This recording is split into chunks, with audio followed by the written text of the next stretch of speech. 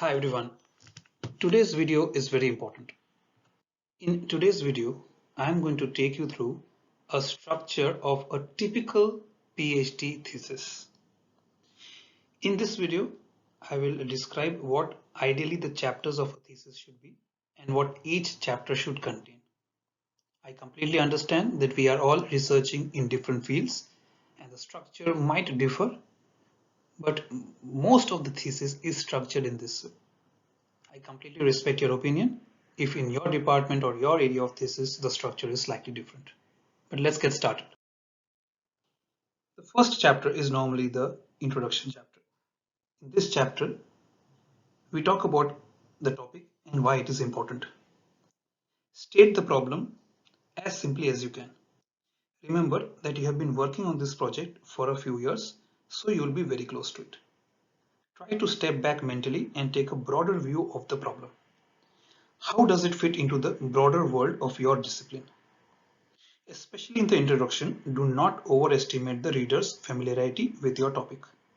You are writing for researchers in the general area, but not all of them need to be specialists in your particular topic. It may help to imagine such a person as some researcher who you might have met at a conference for your subject, but who was working probably in a different area. He or she probably is very intelligent, has the same general background, but knows little of the literature or tricks that apply to your particular topic. The introduction, however, should be interesting.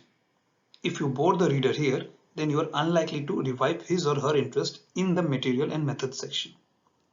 For the first para or two, traditional permits prose that is less dry than the scientific norm. That is, keep it general and interesting. Anyone reading your introduction should be able to understand what it's all about. Go to the library and read several thesis introductions. Did any make you want to read on? And which ones were boring and why you found them boring? The introduction section might go through several drafts to make it read well and logically while keeping it relatively shorter than the remaining chapters. I think it is a good idea to ask someone who is not a specialist to read it and to comment. Is it an adequate introduction? Is it easy to follow? There is an argument for writing this section or at least making a major revision of it towards the end of the thesis writing. Your introduction should tell where the thesis is going, and this may become clearer during the writing of the remaining thesis. The next chapter is normally the literature review chapter. Where did the problem come from? This is what is answered in this chapter. What is already known about this problem? What other methods have been tried to solve it? What have the other researchers in this area done in the past? And how have you done it differently, or what is the gap that you found in the literature? You can watch my videos on literature review in the description section below. The links are given. Those are detailed videos on what literature review is, how to do it practically, what is it that you have to address in a literature review. I won't go into all that details here. In this video, I just want to focus on the structure of the thesis. So ideally, you will already have much of the hard work done if you have been keeping up with the literature as you started your thesis, and if you have made notes about important papers over the years. If you have summarized these papers, then you have some good starting points for the review.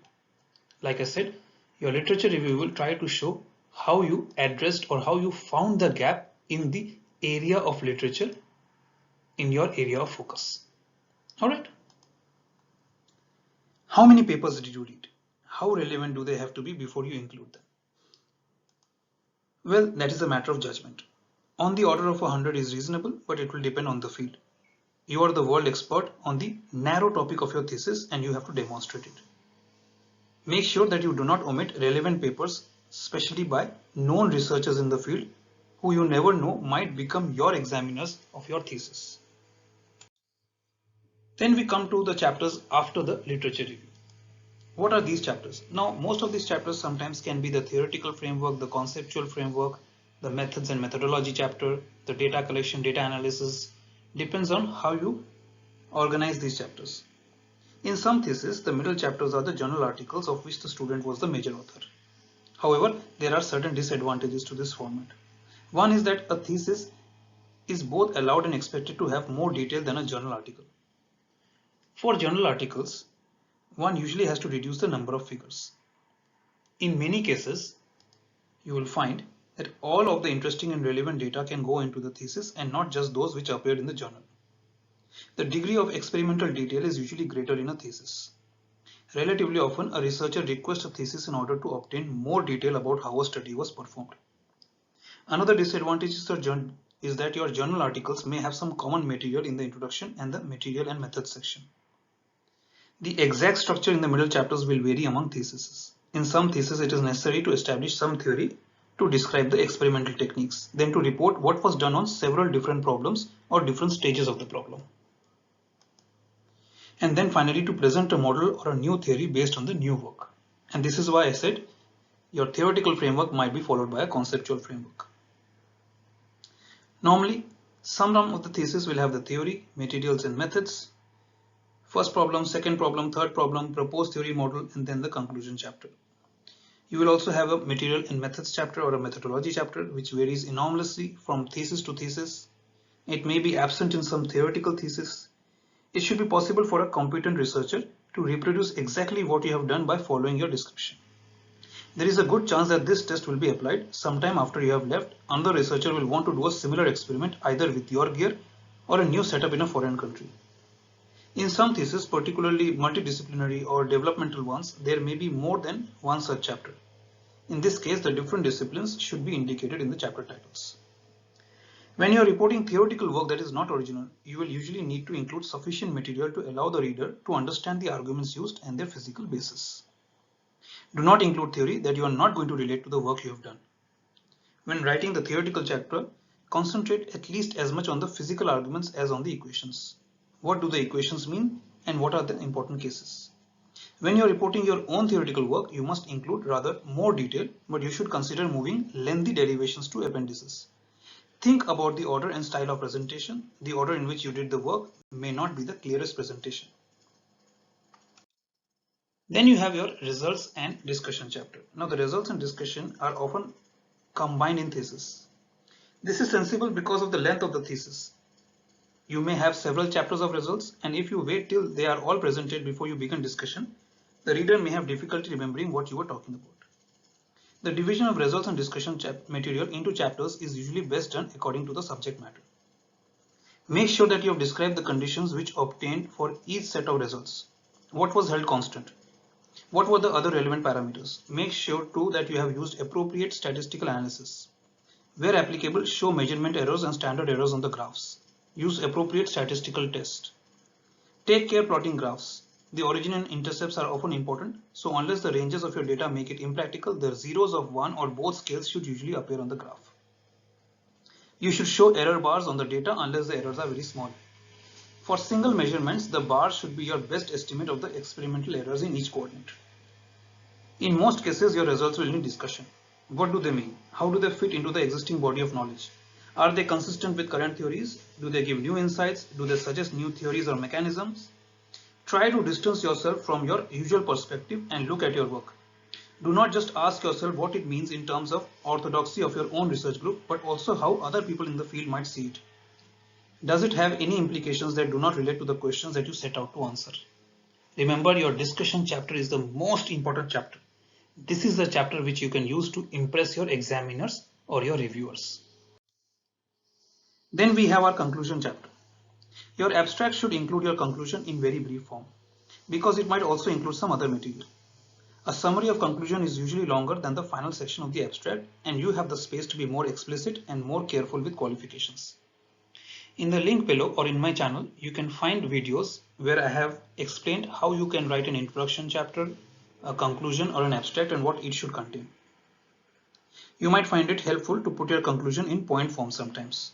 It is often the case with scientific investigation that more questions than answers are produced. Does your work suggest any interesting further avenues? Are there ways in which your work could be improved by future researchers? And what are the practical implications of your work? The conclusion chapter is usually the shortest chapter in the thesis, a few pages. As with the introduction, I think this is a good idea to ask someone who is not a specialist to read this section and to comment as well. Remember to know the difference between a conclusion and a discussion. Do not highlight your limitations in the conclusion. This is where you bring together the research. Finally, we have the reference chapters. Reference, it is tempting to omit the titles of the articles cited, and the university allows this. But think of all the times when you have seen a reference in a paper and gone to look it up only to find that it was not helpful after all. Should you reference websites, and if so, how? I have explained this in a separate video. If you cite a journal, article or a book, the reader can go to a library and check that the cited document and check whether or not it says what you said it did. A website may disappear and it may have been updated or changed completely. So references to the web are usually less satisfactory. Nevertheless, sometimes they are very useful and authoritative sources. So if the rules of your university permit it, it may be appropriate to cite websites. However, you have to remember there are many types of referencing or styles of referencing. Use the one that is approved by your university. Using softwares like EndNote helps you to manage the list of references. By the time you finish your thesis, I'm sure you must have read hundreds and hundreds of articles, and it is important for you to keep it organized using an appropriate software. The last section of the thesis is normally the appendix section. If there is material that should be in the thesis, but which would break the flow of reader or bore the reader, then you put it in the appendix.